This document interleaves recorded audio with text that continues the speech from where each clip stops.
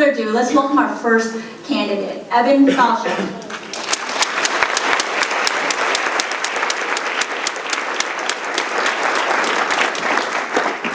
Evan's from the United Independent Party.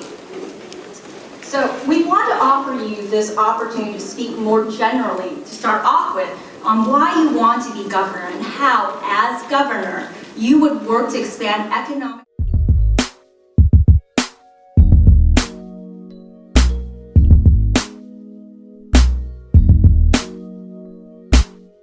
Important. And I think increasingly, people don't recognize how important it really is. We live in a state where the cost of living is increasingly high, where the causes of this are driven by, on the one hand, healthcare costs, but the other part of it is housing costs. And housing costs have everything to do with a increasingly dysfunctional framework that's in place for community development. We've laid out a really detailed plan for this in my campaign. Now, the reason I'm running is because as a voter, I think that these kinds of issues need to be talked about. And I became very tired of hearing people in the political establishment talking in vague platitudes about these really important issues and never really wanting to commit to real serious dialogue with people that actually know what they're talking about, and challenging people to say, hey, some of this stuff costs money, but we need to do it. Some of this stuff means changing regulatory frameworks that have been around for decades that are out of date, need to be changed, and that's hard, but then what's the point of being in government if you don't want to take on hard challenges? And I believe that inside of the political parties, it's not going to happen. They don't want to change. So I decided with a group of voters to found a new political party, which is what the United Independent Party is. And the vision of it is simple. It's that everybody is equal and everybody's civil rights have to be protected, and we need our government to spend taxpayer money wisely. We need our government to actually take on these important issues of community development because they matter. They matter. They aren't just sound bites. And we need people that are willing to talk about them in the way that you hear me talk about them and what you see on our website, in ways that are practical and real and informed and aren't meant to gloss over the hard realities of the challenges that we all deal with. So that's what this is about.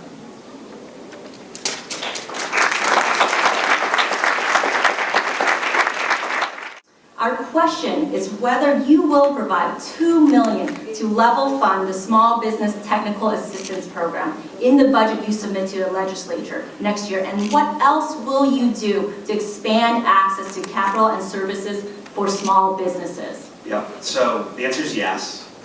And I know it went up from $700,000 to $2 million, but we got a $36 billion budget, and CDCs are doing work that everyone will say is really important and really good, but where's the money? Where's the money? I had the privilege of working for a very short time with one of the CDCs, Interrise. My friend Gene Horstman is the CEO of it. I worked with the group in Lawrence. I'm a business person. That's what I was doing before running for governor. I speak Spanish because my father came to this country from Venezuela.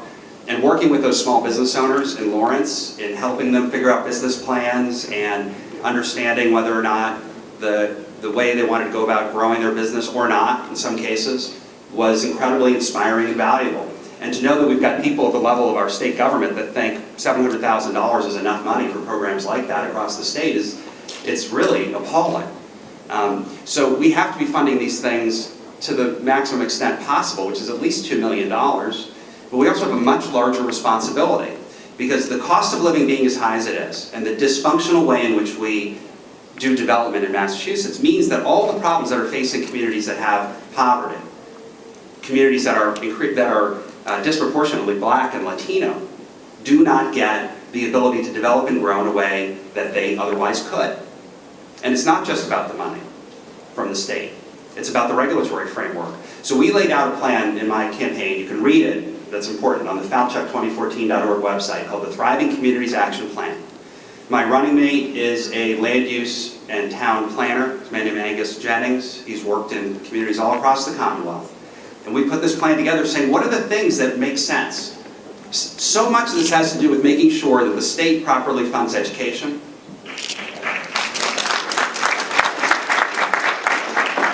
Chapter 70 funding. The state is required to update Chapter 70 every 2 years. The last time it did it was 10 years ago. I know they're starting now to look at it again, but come on, it's supposed to be every 2 years. They've done it twice since 1993. So that means that education funding has stayed essentially level at a time when the cost of it keeps going up.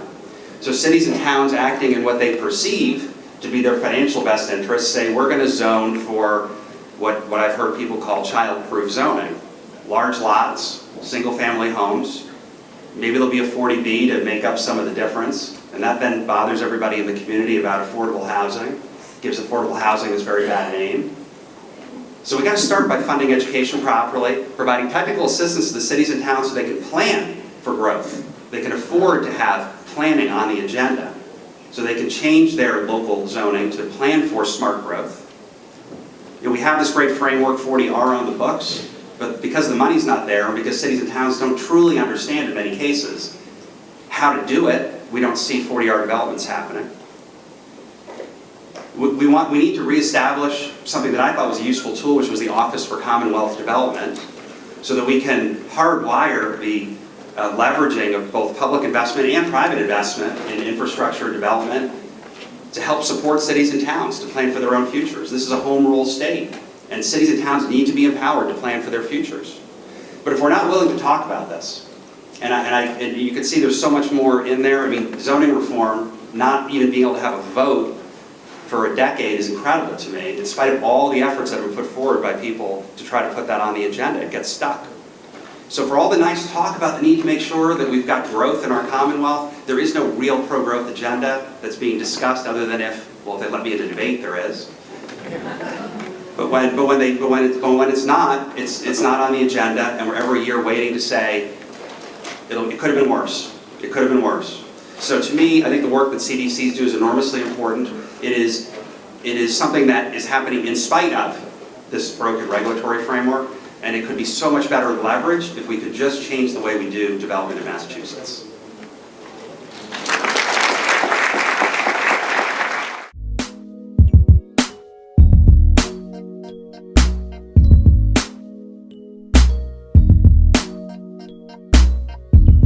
This is what we're talking about with the Thriving Communities Plan. So yes, of course, the funding that is described here should be something that everybody should be able to agree to.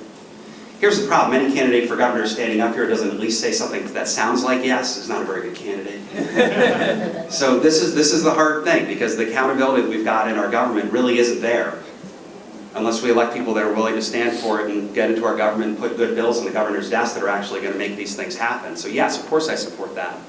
And again, this is a big problem, because what's happening in our state is that young people are finding they can't afford to buy a home. You know, I'm 44, I remember being in college and we would joke that there's going to be no Social Security when we get older. If you look at the young people working on my campaign, they joke about the idea that they'll never be able to own a home. I was talking to one of the young people working on my campaign the other day, graduated college, 22 years old, has $200,000 worth of debt. Now forget the fact that the house, that a starter home for him in a few years might cost $500,000. What's he going to do with that $200,000 worth of debt? I was talking to a group of students at Fitchburg State University the other day, and I asked them, I said, how many of you voted in the most recent election, the primaries, in which only 16% of voters voted, and they all had their hands down. And then I said, how many of you have a huge amount of student debt? And they all raised their hands. I said, notice the connection between these two things. When you don't vote, you are invisible. Your voice does not get heard. And we have too many people around our Commonwealth that have decided that the political process, it doesn't work, it's broken, the whole system's rigged, everybody's two sides of the same coin. And what ends up happening is that groups that have a lot of money, who are making money off the status quo as it is today, get to make policy. So these things don't take place. So housing becomes more expensive. Now the good news is, you can take that same desire to make money, that profit motive, and leverage it for the public good by having sensible housing policy. If developers say the only way I can make money is by doing a 40B or by building a single-family home on a large lot, then that's what they're going to build. If you provide them other alternatives, like a smart growth district in communities across the Commonwealth where communities have decided this is what we want to have, well then they can make money doing that. That's the vision towards not just saying we need more affordable housing, but housing of all kinds, so that young people can afford to stay, so that older people who might want to downsize can find multifamily housing to live in. You know, the reports from Northeastern about 10,000 new units of multifamily housing being needed in addition to what's being built every year. This has been out there for years. We just don't have any kind of comprehensive state policy to turn that into a reality. So that's my vision, is that we can create that. It means talking about issues that most people say, boy, this is dry. But I think it's exciting.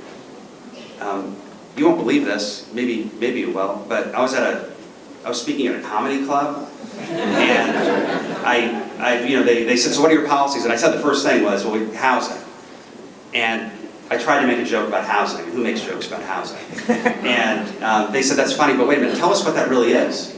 And I told them some of the stuff I just said. And this audience, which was all 20-somethings, were actually stopped the fact they were in a comedy club and started to listen. And I was like, well, that's kind of wild.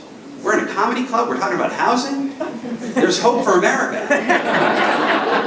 So that really is my vision. We can engage people on these issues. We can show them that this is really how we're going to have sustained economic growth, because jobs follow rooftops. And making that case to the voters is what must be done, what we need a leader in the corner office who's willing to do it.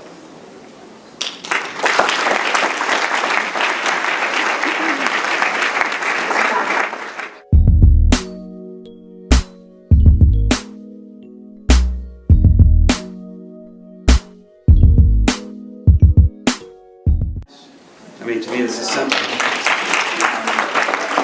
Now, here's the thing, too. Where's the money supposed to come from for this? I know we're only talking about $6 million in a $36 billion budget, but the state is comfortable giving out enormous tax breaks to big companies. They give out almost $800 million worth of them a year. And we're talking about a $6 million tax credit so that private individuals can donate to CDCs and have that be leveraged. Well, our priorities are out of whack when that's happening.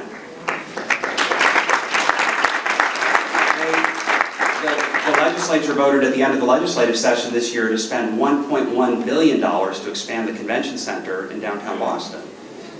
Again, what are our priorities really when you hear folks saying nice things about housing and community development, and yet the votes go in that direction, where we have to worry about whether we're going to have a governor that's going to be committed to putting in place a small but meaningful amount of money towards this kind of work that all of you do. So that's why we need new leadership. Earlier this year,